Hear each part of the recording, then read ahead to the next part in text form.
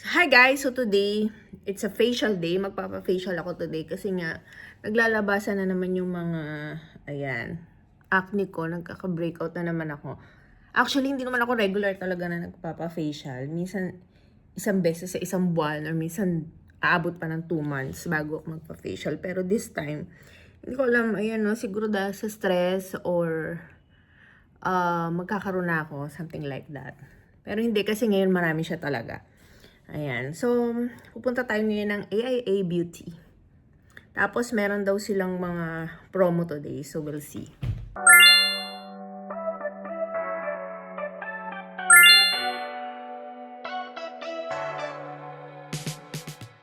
Okay, so let's talk about AIA Beauty a little bit.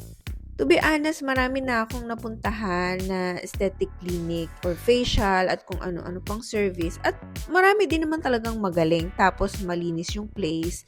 Pero kasi ang gustong-gusto ko dito sa AIA Beauty, mababait yung mga tao. At saka isa pa, pag ginawa nila yung treatment mo, talagang they're taking time, especially sa facial. Talagang linis talaga yung mukha mo.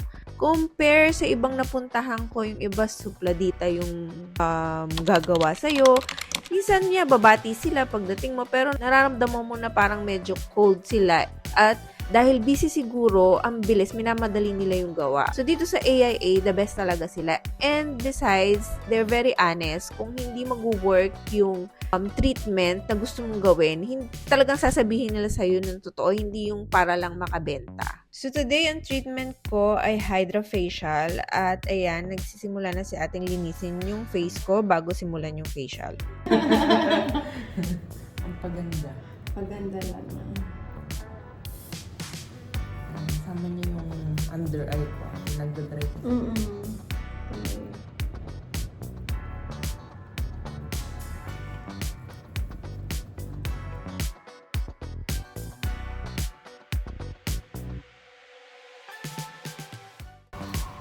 Life muna.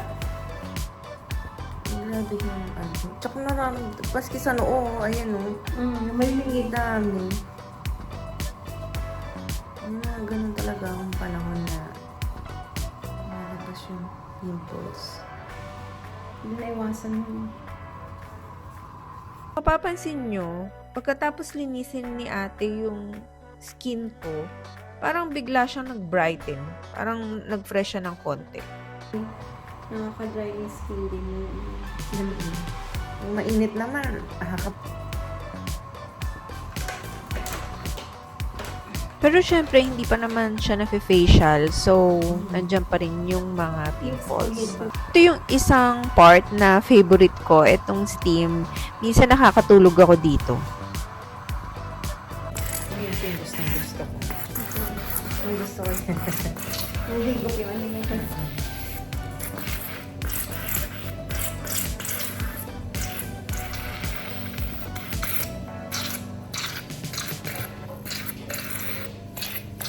So, after nung vacuum, makikita nyo na nagre-red yung part na may pimples kahit hindi pa siya napiprik.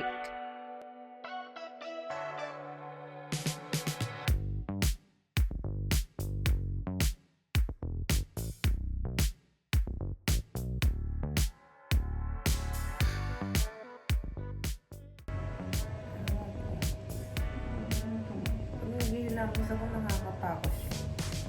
Kasi ang buko siya eh. Saka yung may maliliit din.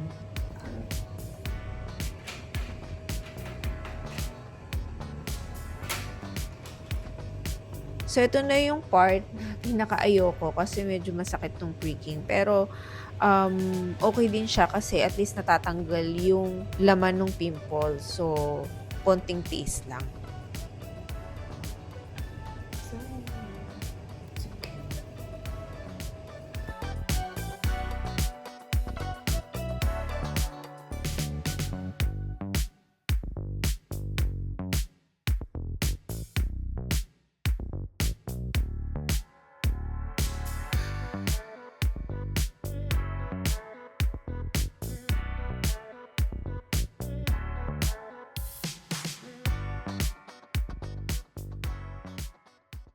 So, ayan na yung itsura after nung pricking. Talagang pula-pula siya kasi very sensitive din yung skin ko. Pero at least nalinis na siya.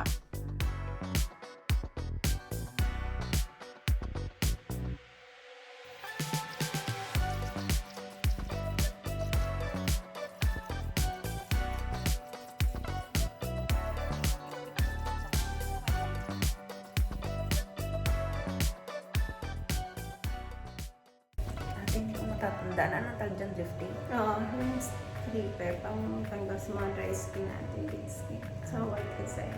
Okay.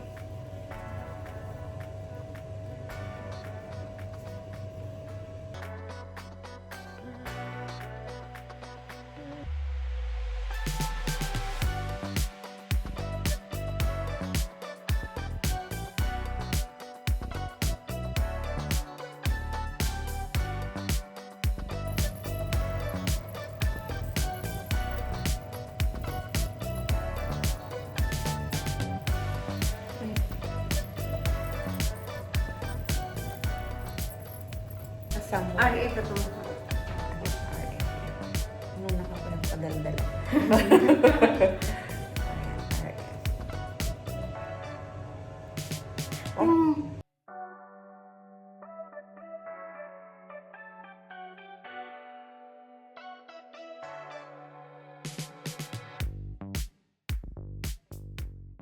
Pampaan sa mga pamumula sa skin. Yung pinil sa akin. Kasi nakita ko Lifting. yung patay kita sa skin.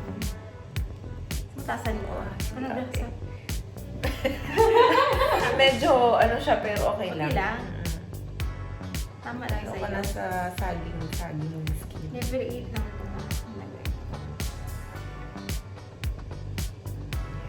Iangat mo lahat pati yung sa pisngi.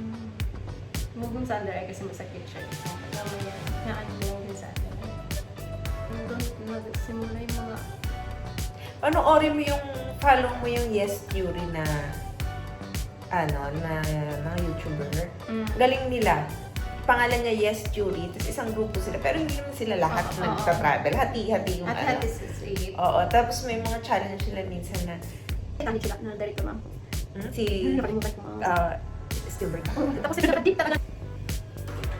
So, mabuti na nasabi na totoo kaysa magsinungaling ka pa yun. Ang lamig. Ano na to ate? Itong pag hammer po ang pakulo sa mga open course na. Oh, so nice. Under eye. Ang ganda sa malamig. Malamig siya. Ito na gusto ko eh.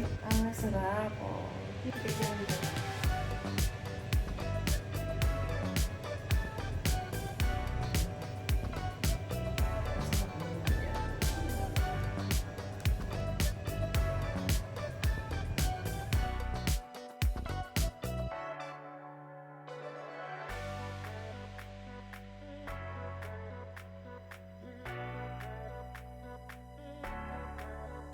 What's next? Massage yun.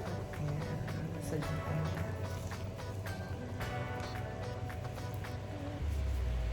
Lagay na tayo ng mask.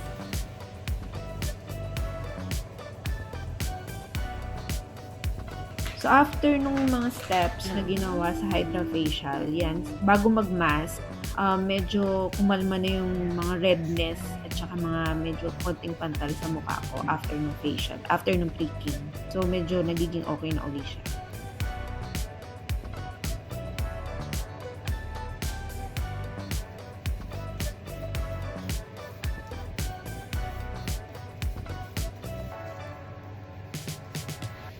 Mas patayin ko.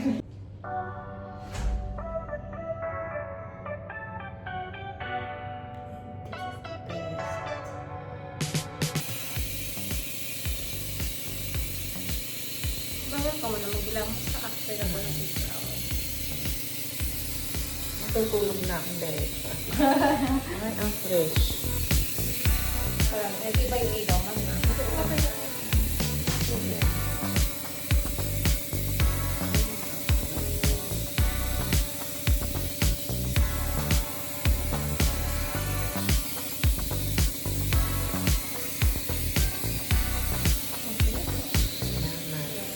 Thank you.